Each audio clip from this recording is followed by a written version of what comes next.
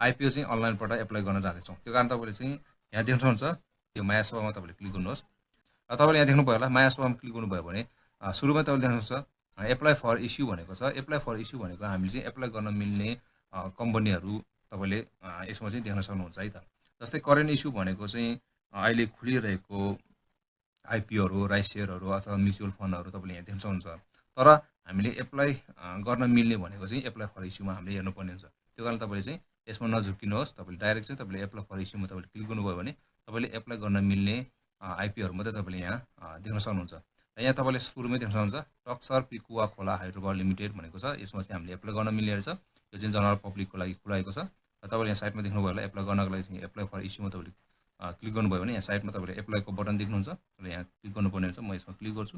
एप्लाईमा click गर्नुभयो भने तपाईँले यस्तो इन्टरफेस तपाईँले देख्न सक्नुहुन्छ। यहाँ एप्लाई फर कम्पनी सेयर भनेको छ र यहाँ तपाईँले देख्नुहुन्छ इस्यु म्यानेजर कुन हो र कहिले चाहिँ खोल्दैछ र कहिले क्लोज हुँदैछ सम्पूर्ण कुरा तपाईँले यहाँ देख्न सक्नुहुन्छ। फेस भ्यालु कति छ यसको र मिनिमम क्वान्टिटी कति हामीले चाहिँ एप्लाई गर्न सकिन्छ भन्ने कुरा सबै कुराहरू यहाँ देखाएको छ।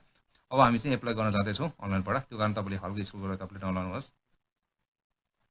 हल्का तपाईँले स्क्रोल गरेर डाउनलोड गर्नुभयो भने तपाईँले यहाँ देख्न सक्नुहुन्छ बिओआइडी भनेको चाहिँ तपाईँको डिमान्ड नम्बर सही छ कि छैन तपाईँले यसो चेक गर्नुहोस्। त्यसपछि ब्याङ्क तपाईँले चुज गर्नुपर्ने हुन्छ। म चाहिँ यहाँ आफ्नो ब्याङ्क चुज गर्न जाँदैछु। यहाँ चाहिँ मुक्तिनाथ भनेको छ। म मुक्तिनाथ मैले चुज गरेको छु र एकाउन्ट नम्बर पनि यहाँ राख्नुपर्ने हुन्छ। यहाँ प्लिज चुज वान भनेको छ। त्यसपछि आफ्नो एकाउन्ट नम्बर राख्नुपर्ने हुन्छ र ब्रान्च अलरेडी आएको छ। त्यसपछि एप्लाई किता भनेको तपाईँले चाहिँ तपाईँले मिनिमम चाहिँ 10 किता एप्लाई गर्नुपर्ने हुन्छ है। 10 किताभन्दा कम तपाईँले एप्लाई गर्न सक्नुहुन्न।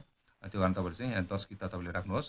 र 10 किता एप्लाई गर्नुभयो भने हाम्रो फेस भ्यालु चाहिँ 100 भएको कारणले चाहिँ यहाँ चाहिँ 10 किताको कति लागेको छ 1000 रुपियाँ चाहिँ लागेको छ। त्यसपछि यहाँ सिआरआर नम्बर भनेको छ। सिआरआर नम्बर चाहिँ तपाईँको आफ्नो सिआरआर नम्बर राख्नुपर्ने छ। म चाहिँ आफ्नो सिआरआर नम्बर राख्न जाँदैछु। ओके, मैले चाहिँ आफ्नो सिआरआर नम्बर राखेको छु। अब म एप्लाई गर्न जाँदैछु। त्यो कारण तपाईँले यहाँ तल देख्नुहुन्छ आई एग्रीमा तपाईँले टिक लगाउनु पर्ने हुन्छ। म चाहिँ यसमा टिक लगाउँछु र टिक लगिसकेपछि तपाईँले चाहिँ यहाँ प्रोसिड भन्ने अप्सन तपाईँले देख्न सक्नुहुन्छ। यसमा क्लिक गर्नुहोस् र यसमा प्रोसिडमा क्लिक गरिसकेपछि यहाँ चाहिँ आफ्नो चाहिँ 4 डिजिटको ट्रान्सलेसन पिन राख्नुपर्ने हुन्छ है।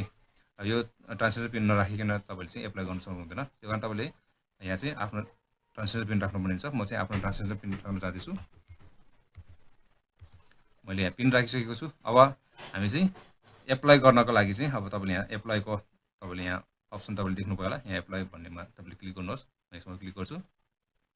यसमा क्लिक गर्ने बित्तिकै तपाईँले यहाँ पप देख्न सक्नुहुन्छ share has been apply successfully भनेको छ। हाम्रो चाहिँ सेयर चाहिँ एप्लाई भइसकेको छ भनेको मतलब चाहिँ हाम्रो आइपिओ चाहिँ एप्लाई भइसकेको छ।